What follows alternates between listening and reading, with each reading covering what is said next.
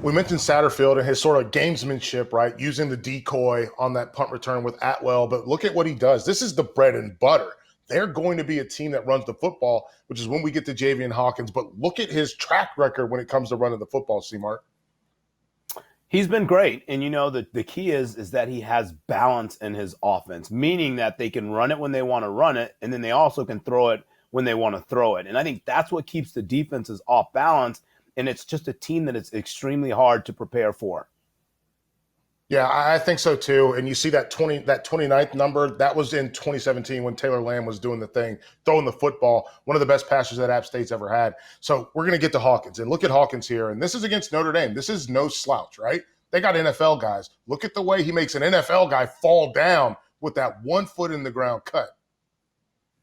Well, I think the first thing is the window dressing that you alluded to. As I said, you got to find Tutu Atwell. I mean, he's the burner. He's the guy with the gas. So now you send him in the opposite direction. Great pitch relationship by Hawkins. And what he does well is once he gets squared up, he's a downhill force. And he's a straight line runner, has a little bit more juice than people probably give him credit for. But when he's on the second level, he's very tough to bring down.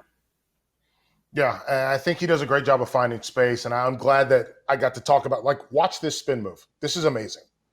The recognition and ability, and by the way, shout out to the wide receiver number 5 for this block, too. He finished him off. Well, he just sort of moves and grooves. He sifts, sorts, patience, waits, and then he's one of those backs that he's going to get 5 yards here, he's going to get 8 yards there, and next thing you know, he's going for well over 100 yards. He keeps pounding you. He's like a bowling ball. He's sawed off. He's great in this offensive scheme. Yeah, I think that speaks to your message this play does. It's about fighting, not falling, and he does that to get a touchdown. But I just want you guys to know that this is a defensive tackle that gets on him, a defensive tackle. Watch it. That's a defensive tackle that gets on him, and then he still is able to shake him off, get redirected. And then, by the way, shout out to Dwayne Ledford. Look at your offensive line 25 yards down the field, knocking people around. And working in lockstep on that offensive line, which makes it a good fit for Hawkins. The way to tackle him, just on looking at it from the defensive perspective, you got to have his shoulder pads running parallel to the line of scrimmage, because once he squares up and gets that foot in the ground, that's when he becomes a real problem. And then like here, when he squares up and then he gets in that open space, it's just tough to bring him down. He's got some strength. And again, he's got a low center of gravity. He's only 5'9". And in this offensive scheme, sometimes you can lose him on the field. And next thing you know, he's squirting out like he is here. Yeah, props to Dwayne Ledford. We know he's an offensive line coach by trade. He's their offensive coordinator, but I love what he brings to the table with the way his guys fight, and everybody fights. The reason I put this play on here, C-Mart, you see the total offensive line play, but look at the wide receiver blocking too. This isn't just about Hawkins, right? It's about the offensive line and my guy. I will say this, he is my guy. This is one of my guys, Des Fitzpatrick.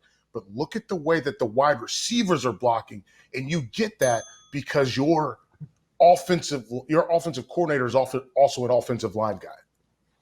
And the other reason you get that is because of the success of the running back. You don't mind blocking for a guy that is going to dominate and get to the house. And so that's when you see the extra effort. That's when you see the receivers bearing people down the field. That's when you see number 83 going and finishing to the whistle. They believe in Scott Satterfield. They believe in his message, his vision. They are completely bought into what he's doing.